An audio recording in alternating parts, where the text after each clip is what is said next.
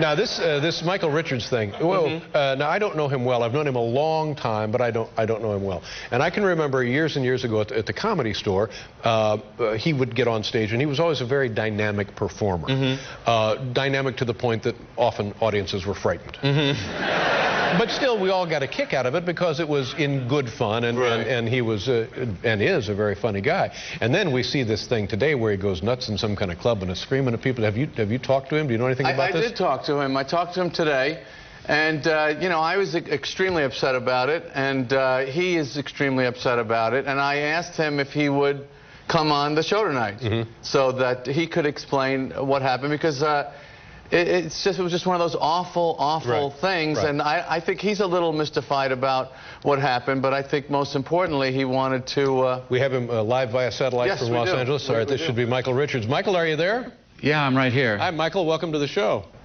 Hello, hi. How you doing? I'm not doing too good. Yeah. Why don't you explain exactly what happened for the folks who may not know? I lost my temper on stage. I was at a comedy club trying to do my act, and I got heckled, and I took it badly and went into a rage, and said some pretty nasty things to some Afro-Americans, a lot of trash talk, and Stop laughing. It's not funny. And what were you were actually being heckled, or were they just talking and disturbing the act? That was going on too.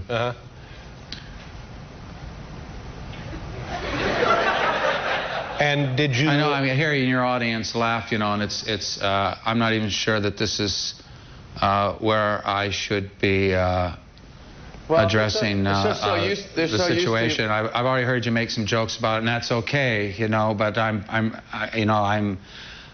really busted up over this, and I'm very, very sorry to those people in the audience, the blacks, the Hispanics, the whites, everyone that was there that took the brunt of that anger and hate and rage and how it came through, and I'm concerned about more hate and more rage and more anger coming through,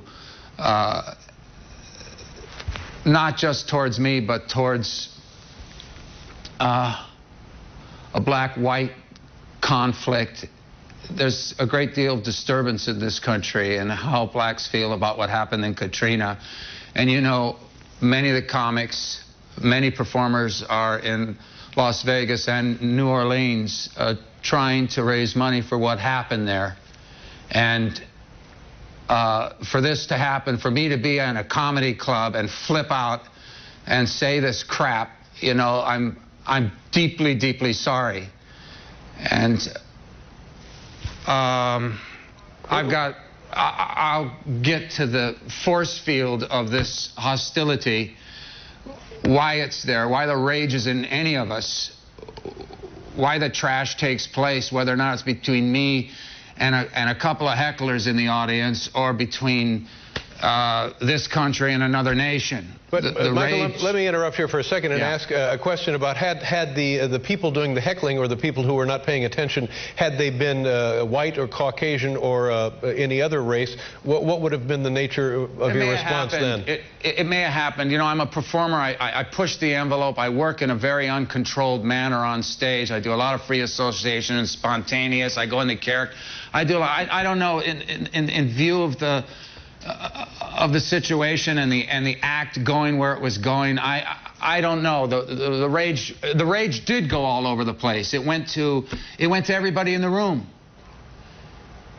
But you can't, you know, I know blacks could feel, I'm not a racist. That's what's so insane about this. And yet it's said, it comes through, it fires out of me, and even now in the passion and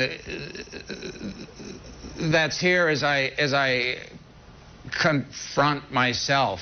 Did you think that somehow by being outrageous and completely inappropriate, that it might somehow make the situation, diffuse it a bit, or make it seem lighter than it was? I tried to do that. You don't have the whole thing there with what they're showing everyone. I tried to jujitsu that, try to move.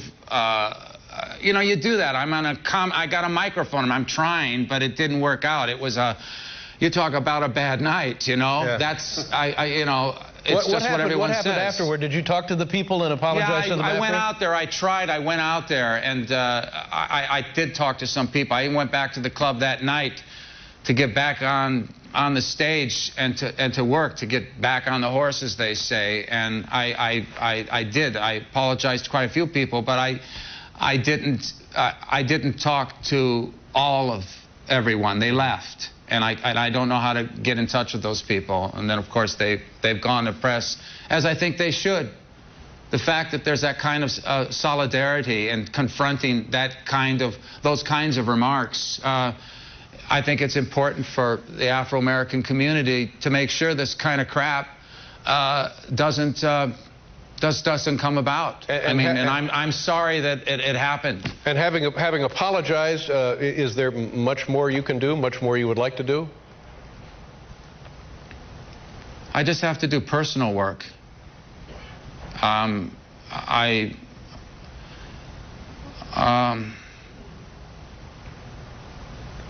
still reeling from this. It's just been a few days. I don't know yet. Jerry, is there anything you want to say to Michael here?